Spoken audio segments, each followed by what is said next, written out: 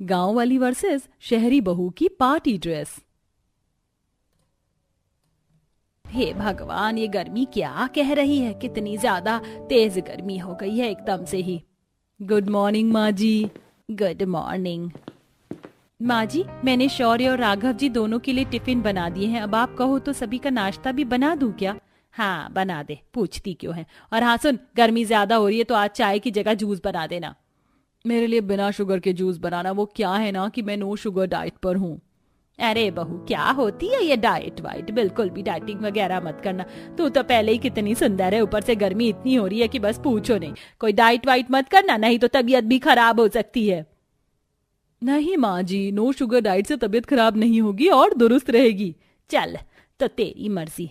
सुन लिया ना तूने शालिनी, जाकर सभी के लिए नाश्ता बना दे। और हाँ, पराठों पर जरा लिमिट में घी लगाना। अपने गांव की तरह घी में डूबे हुए पराठे हम सबके आगे ना रख देना। गंगा की बात सुनकर शालिनी सभी के लिए नाश्ता बनाने को चली गई। माँ जी को मेरी फिक्र जरा सी भी क्यों नहीं है?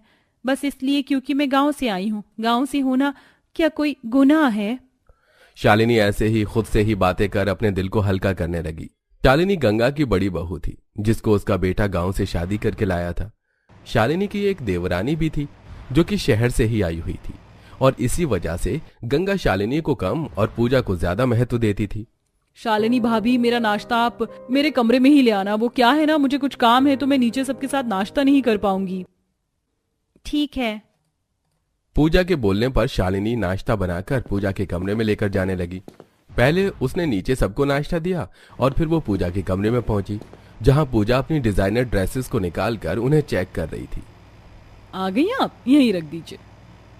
भगवान, कितना बड़ा कमरा है, साथ ही एसी भी लगा हुआ है। क्या बात है, मेरा कमरा तो इससे आधा ही है और साथ ही ना कोई एसी है ना ही कूलर। ओ हेलो, कहाँ खो गई? नाश्ता दो और जाओ।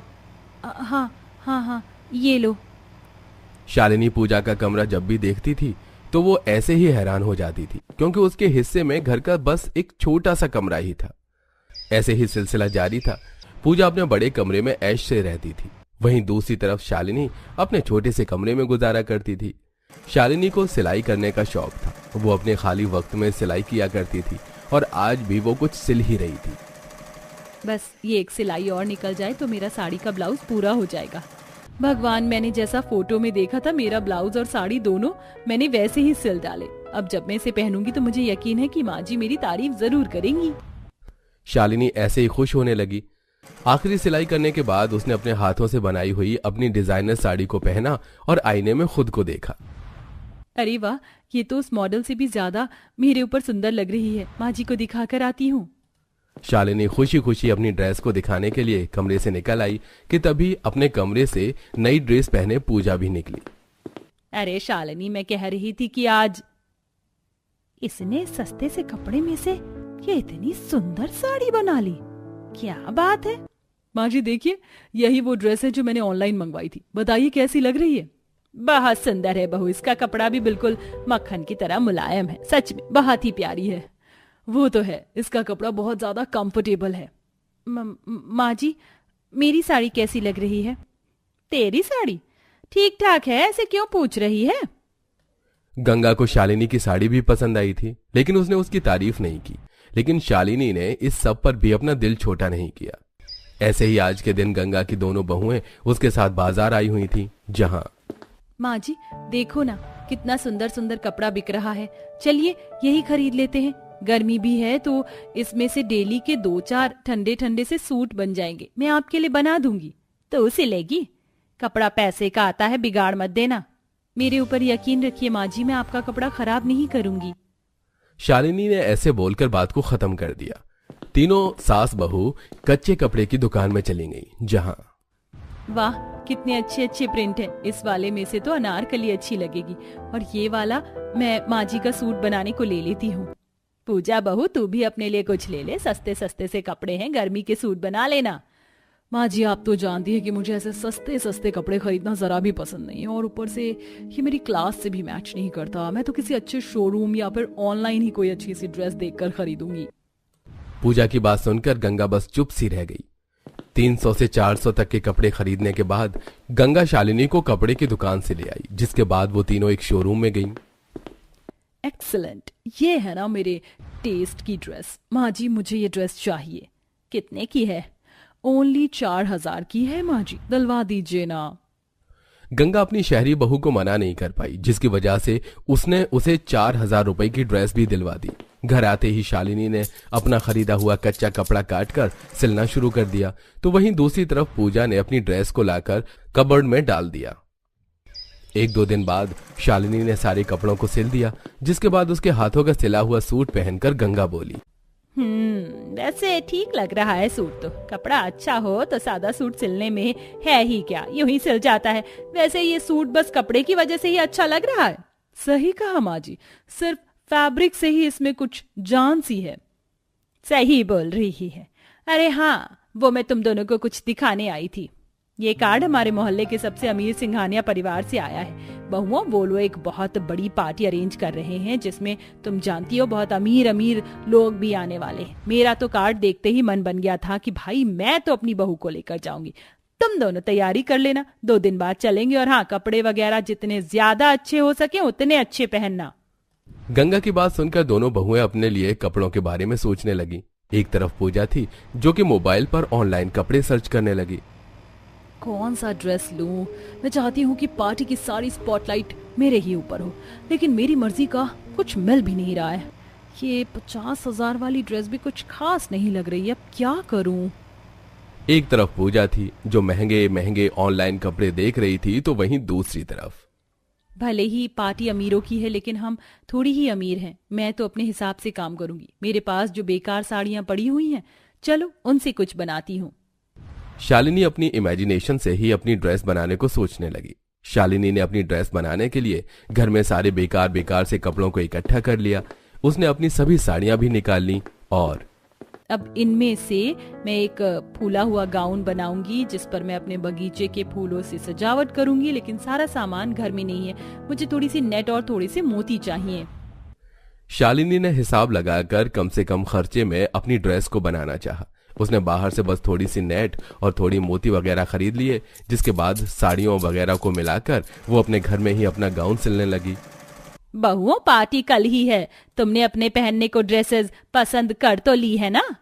यस माँ जी, मुझे एक 70,000 की ड्रेस पसंद आई है, जो मैंने राघव जी से पूछकर बुक कर दी है। वो बॉडीकॉन ड्रेस है जो मेरे ऊपर बहुत सुंदर लगेगी। अच्छा, और तू बता, तूने क्या सोचा है पार्टी में पहनने को? माँ जी, मैं तो घर में ही ड्रेस बना रही हूँ। वो बहुत ही बड़े और ऊंचे लोगों की पार्टी है। ड्रेस ऐसी बनाना जो मेरी नजरें शर्म से ना झुके, समझ आया? कभी पता चले अपने सिलने के चक्कर में मेरी बेइज्जती करवा दे। माँ जी चिंता मत कीजिए, ड्रेस अच्छा ही बनेगा। शालिनी को अपने ऊपर भरोसा था। वो कामों से निपट कर अपनी ड्रेस पर काम करती थी और वो वक्त भी आ गया जब पार्टी में सभी को जाना था।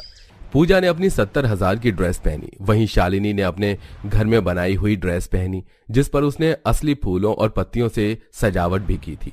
और दोनों ही अपने अपने कमरों से निकल आईं, जहां ये ड्रेस तूने खुद बनाई है? भगवान, कोई जवाब ही नहीं है इसका तो। कितनी सुंदर लग रही है। आपको अच्छी लगी माँ जी? चलिए अब पार्टी में चलते हैं। शालिनी की ड्रेस देखकर पूजा भी हैरान रह गई, तो वहीं गंगा काफी खुश थी। ऐसे ही पार्टी के जाते ही सभी की नजरें बस शालिनी की ड्रेस पर ही जम गई। अरे वाह, कितनी अच्छी ड्रेस है। कौन है ये ड्रेस तो लाखों रुपए की आई होगी। सभी लोग गांव के शालिनी की ड्रेस देखकर उसके दीवाने हो गए थे। बस फिर क्या था, आज के दिन अपनी कला से शालिनी ने लोगों के साथ अपनी सास का भी दिल जीत लिया। अब शालिनी के पास ऑर्डर पर कपड़े बनने को आते थे और गंगा भी शालिनी को पूरा सपोर्ट देती थी। तो वहीं अब पूजा भी बदल चुकी थी और सभी मिलजुल कर खुशी खुशी रहते थे। छोटे से मेकअप रूम में देवरानी रेशमा मेकअप कर रही है, साथ में उसका हस्बैंड मेकअप किट लिए खड़ा है। तभी गोलू आता है और पाउडर हाथ में लेकर कहता है, चाची आपके पास तो मेरी माँ से भी ज्यादा सामान रखी है, मैं आपका ये वाला पाउडर लगा लूं? इसे लगाने से मैं भी गोरा हो जाऊंगा। चुपचाप से मेरा सामान यहाँ रखो और भागो यहाँ से। और तुम देख क्या रहे हो? ये छोटा सा रूम, इसे तुम मेकअप रूम बोलते हो? यहाँ तो मेरा सामान रखने की भी जगह नहीं है। मैंने अपना सारा सामान उस कार्टन में रखा है। ऊपर से ये बदमाश आकर मेरे सामानों को हाथ लगाता रहता है। आखिर कब बनवाओगी मेरे लिए बड़ा मेकअप रूम जैसे मेरे मायके में था? अरे थोड़ा शोर मचाना कम करो, अगर घर वालों ने सुन लिया तो क्या सोचेंगे? भाभी भी तो पिछले 10 सालों में इसी अपने छोटे से मेकअप रूम में एडजस्टमेंट कर रही है ना। उस गरीब की किस्मत अच्छी है कि ससुराल में उसे ये छोटा ही सही पर मेकअप रूम तो मिला, वरना मायके में तो उसके पास वो भी नहीं था और ये अब मुझे दे दिया। पर मैं गरीब नहीं हूँ, आई बात समझ में? और तू अभी तक भागा नहीं यहाँ से? नाराज रेशमा बेचारे गोलू को एक थप्पड़ लगाकर अपने मेकअप रूम से बाहर कर देती है। ये देख पूरा परिवार जमा हो जाता है। रेशमा, ये क्या बदतमीजी है? तुम्हारी हिम्मत कैसे हुई मेरे बेटे को मारने की? आपके बेटे ने मेरी नाक में दम कर दिया है। एक तो मेरा इतना छोटा सा मेकअप रूम है, उसमें मेरा दम घुटता है और ये आकर मुझे और परेशान करता है। अब मैं उस छोटे से मेकअप रूम में और तैयार नहीं हो सकती, मुझे वो गेस्ट रूम चाहिए। उसे मेकअप रूम बनाओ मेरा, नहीं तो मैं मायके चली। माँ, रेशमा सही कह रही है, इतना छोटा सा मेकअप रूम है, उसे स्टोर रूम बना दो। घर में हो रहे रोज कलेश की वजह से शांति गेस्ट रूम को मेकअप रूम में बदलने का फैसला लेती है। भैया, यहाँ पर मेरा बड़ा सा शीशा लगेगा और लाइट भी बड़ी होनी चाहिए सारी, और हाँ, यहाँ पर कुछ ड्रॉर बना दो और ये कबर्ड होना चाहिए और इसमें लॉक वाला सिस्टम भी रखना। रेशमा, तुम तो बहुत अच्छे से इस मेकअप रूम को तैयार करवा रही हो और तुम्हारा ये मेकअप रूम तो बहुत ज्यादा बड़ा है।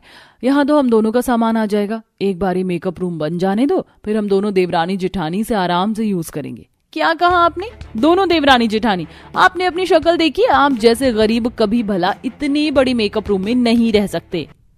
मेकअप रूम तैयार होने से पहले ही कविता रेशमा को अपने मेकअप रूम में आने से मना कर देती है और ये बात रेशमा को बहुत बुरी लगती है, जिसके बाद वो उसी अपने छोटे से मेकअप रूम में जाती है जो रेशमा को दिया गया था।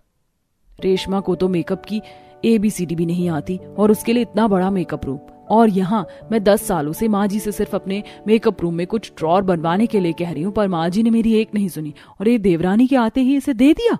और जब उसके लिए बड़ा मेकअप रूम बन रहा है तो मुझे ये दोबारा दे दिया, पर ये बहुत छोटा है। इस वजह से मुझे आज अपना आधे से ज्यादा मेकअप का सामान, मशीन अपने कमरे में और नंद जी के कमरे में रखना पड़ा है। कविता अपना छोटा सा शीशा, कुछ ड्रॉर और नॉर्मल चेयर देखकर परेशान होती है। कुछ ही दिनों में रेशमा का मेकअप रूम बनकर तैयार हो जाता है और अब वो तैयार होने के लिए अपने मेकअप रूम से बाहर से मेकअप आर्टिस्ट को बुलाकर तैयार होती है। ऐसे ही एक दिन, अरे आ गई आप? कब से मैं आपके आने का इंतजार कर रही थी। आइए, बहुत बड़ा मेकअप रूम है मेरा, आज मेरा फेशियल और नेल एक्सटेंशन कर दीजिए। रेशमा, ये काम तो मुझे भी आता है, क्यों फिजूल के पैसे खर्च कर रही हो? माना कि तुम अमीर हो और कुछ पैसे बचाना भी तो सीखो। रहने दीजिए जेठानी जी, बहुत अच्छे से जानती हूँ मैं आपको। आप मेरे बड़े से मेकअप रूम में आने का बस मौका ढूंढती हैं। रेशमा की ऐसी बातें सुनकर कविता अपने कमरे में जाती है, जहां पूजा आती है और अपनी भाभी से बोलती है। भाभी, जब से रेशमा भाभी का बड़ा मेकअप रूम बना है वो तो अपने मेकअप रूम में ही बैठी रहती है। मुझे फेशियल करवाना था, आप मेरा फेशियल कर दो ना, पिछली बार की तरह मत करना। पूजा, एक बार मेरा मेकअप रूम देखा है? ये कितना छोटा है, सही से 2 इंसान खड़े भी नहीं हो पाते और शीशा भी इतना छोटा है, लाइट भी नहीं लगी। ऊपर से फेशियल करने के लिए जब मैं चेयर घुमाती हूँ तो मुझे चोट लग जाती है। एक काम करो, मैं तुम्हारे कमरे में ही तुम्हारा फेशियल कर देती हूँ, यहाँ से ज्यादा रोशनी तो तुम्हारे कमरे में है। अब कविता अपनी नंद को फेशियल उसके कमरे में जाकर करती है। इसी तरह कुछ दिन बीत जाते हैं और एक दिन शांति के कुछ मेहमान आते हैं और घर में कमरा न होने की वजह से शांति रेशमा से कहती है, बहू, तेरे कहने पर मैंने गेस्ट रूम को तेरा बड़ा मेकअप रूम बना दिया। अब तू बता, मैं अपने मेहमानों को कहाँ रखूं? माफ करना माँ जी, उस वक्त मैंने कहा होगा, पर आप खुद सोचिए ना, अगर मैं अपना कमरा आपके मेहमानों को दे दूंगी तो क्या मैं अपने मेकअप रूम में सोने के लिए जाऊंगी? तो भाभी, आपका मेकअप रूम बहुत बड़ा है, हम वहीं 2 गद्दे लगवा देते हैं। अरे तुम्हारा दिमाग खराब हो गया है क्या? जानते भी हो मेरे मेकअप रूम में हेयर स्पा की machine, hair dryer, straightener, nail art machine और भी पता नहीं कितनी महंगे महंगे प्रोडक्ट रखे। अगर भगवान ना करे उन गंवार मेहमानों से कुछ टूट जाए या खो जाए तो इसका हर्जाना कौन भरेगा? रहने दीजिए माँ जी, रेशमा अपने आगे किसी की नहीं चलने देगी। पैसे का गुरूर जो है इसको। आप मेहमानों को मेरे कमरे में भेज दीजिए। एक रात की तो बस बात है, मैं गोलू को लेकर नंद जी के कमरे में चली जाऊंगी। वैसे भी विवेक जी काम के सिलसिले में कुछ दिनों के लिए बाहर गए हुए हैं। उस दिन भी कविता अपनी सास की परेशानियों को समझती है। इसी तरह कुछ दिन और बीत जाते हैं और एक दिन मेकअप रूम खुला देख गोलू रेशमा के बड़े मेकअप रूम में चला जाता है और मेकअप ब्रश लेकर दीवार पर पेंटिंग बनाने लगता है। चाची को अपना मेकअप रूम बहुत पसंद है और ये बहुत सुंदर भी है, आज इसकी दीवार पर पेंटिंग कर लेता हूँ। बदतमीज, ये क्या किया तूने? मेरा पूरा मेकअप रूम खराब कर दिया। बहुत बदमाश हो गया है तू। रुक, अभी तेरे हाथ पैर तोड़ती हूँ मैं। इतना बोलकर रेशमा गोलू को मारने लगती है। जहां कविता अपने छोटे से मेकअप रूम में किसी लड़की की आईब्रो बना रही होती है तो अपने बेटे की रोने की आवाज सुनकर वो रेशमा के मेकअप रूम में जाती है और उसके मेकअप रूम की दीवारें देखकर हैरान रह जाती है। देख रही हैं दीदी, आपकी तरह आपका बच्चा भी गंवार है एक नंबर का। क्या हाल किया इसने मेरे इतने बड़े मेकअप रूम का। वो सब तो ठीक है रेशमा, पर तुम्हें गोलू को ऐसे नहीं मारना चाहिए था। वो अभी बच्चा है। अगर इस बच्चे को आज नहीं मारती ना तो आज उसने दीवार खराब करी है, कल को ये मेरा पूरा मेकअप रूम खराब कर देता। लाखों रुपए लगाए हैं मैंने इस मेकअप रूम में। इसकी माँ की तरह नहीं जो 10,000 में छोटा सा मेकअप रूम बनाकर बैठ गई और आज पड़ोस के लोगों का मेकअप करके दिन के 100 रुपए कमा रही हैं।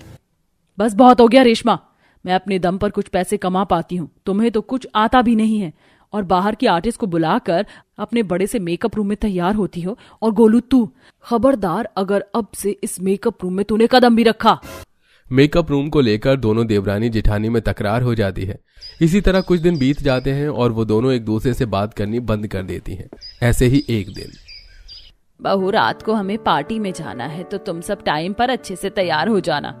रेशमा भाभी, जब से आपका मेकअप रूम बना है आप इसी में तैयार होती हो, एक दिन मुझे भी इसमें तैयार होने दो ना। मेरा मन होगा तो करवा दूंगी तुम्हें भी तैयार, वरना तुम्हारी प्यारी बड़ी भाभी तो है और उनका छोटा सा मेकअप रूम, उसमें ही हो जाना तैयार। घमंड में चोर रेशमा इतना बोलकर वहां से चली जाती है और शाम को पार्लर वाली को बुलाती है। और जब पार्लर वाली उसके मेकअप रूम में सामान लेकर आती है तो उसका बड़ा सा मेकअप रूम देखकर हैरान हो जाती है। हे भगवान, इसका मेकअप रूम तो मेरे पार्लर से भी बड़ा है। वहां तो वो सारी मशीन रखी है जो मेरे पार्लर में नहीं है। मैं बेकार ही अपना सामान लेकर आई। यहाँ तो काफी महंगे सामान है। क्यों मेरा मेकअप रूम देखकर हैरान रह गई ना? अब मेरे मेकअप रूम को घूरना बंद करो और जल्दी से मेरा मेकअप करो। 8 बजे हमें पार्टी के लिए निकलना है। वो लड़की अब रेशमा को तैयार करने लगती है और उसके चेहरे पर ब्लीच करती है, जिस वजह से कुछ देर रेशमा आंख बंद करके बैठी होती है। तो इसी बीच लड़की हेयर स्ट्रेनर, फाउंडेशन जैसी महंगी महंगी चीज चोरी कर लेती है और मेकअप करके समय से पहले बिना पैसे लिए वहां से जल्दबाजी में चली जाती है। अरे बड़ी अजीब लड़की है, बिना पैसे लिए इतनी जल्दबाजी में यहाँ से चली गई। मैं तो टाइम पर तैयार हो गई। एक बार सारा सामान देख लूं, फिर मेकअप रूम में ताला लगा दूंगी, वरना वो गोलू का बच्चा आकर फिर कुछ गड़बड़ी कर देगा। इतना बोलकर रेशमा अपना सारा सामान रखने लगती है। तभी वो देखती है कि उसका कुछ सामान गायब है और वो रोती हुई अपनी जेठानी के मेकअप रूम में जाती है और उसके मेकअप रूम में तलाशी लेती है। लगता है उस लड़की ने मेरा मेकअप सामान चोरी तो नहीं कर लिया है। भगवान, लाखों का सामान था मेरा। कोई बात नहीं रेशमा, शांत हो जाओ, मैं अभी घर वालों को बताती हूँ। कविता ये बात घर वालों को बताती है, जिसके बाद निखिल रेशमा को डांटते हुए कहता है, और कर लो अपनी मनमानी। अगर तुम भाभी से तैयार होती तो तुम्हारा एक भी सामान चोरी नहीं होता। भाभी गरीब है लेकिन चोर नहीं, पर तुम्हें तो घमंड था अपने बड़े से मेकअप रूम पर। अब चिंता मत करो, मैंने पुलिस को इन्फॉर्म कर दिया है। बस तुम पार्लर वाली का नंबर दे दो, वो उसको पकड़ लेंगे और अभी पार्टी में चलो। इतना बोल पूरा परिवार पार्टी में जाता है और कुछ देर में पुलिस वाले उस पार्लर वाली को पकड़ लेते हैं। माफ करना, मैं चोर नहीं हूँ, पर थोड़ी लालच में आ गई थी क्योंकि मैं बहुत गरीब हूँ। इतना महंगा मेरे पास भी सामान नहीं था और मेरी माँ बहुत बीमार है। मैंने सोचा क्यों ना कुछ सामान बेचकर अपनी माँ का इलाज करवा लूं। आप प्लीज मुझे माफ कर दीजिए। बहू माफ कर दे, बेचारी मजबूर थी। और कर लो भाभी घमंड पैसे का। उस दिन सबके कहने पर रेशमा उस लड़की को माफ कर देती है। साथ ही साथ उसे अकल आ जाती है, जिसके बाद वो खुद घर जाकर अपनी जेठानी का मेकअप का सामान लेकर अपने बड़े से मेकअप रूम में जाती है और उस दिन के बाद दोनों देवरानी जेठानी एक ही मेकअप रूम का इस्तेमाल करती है।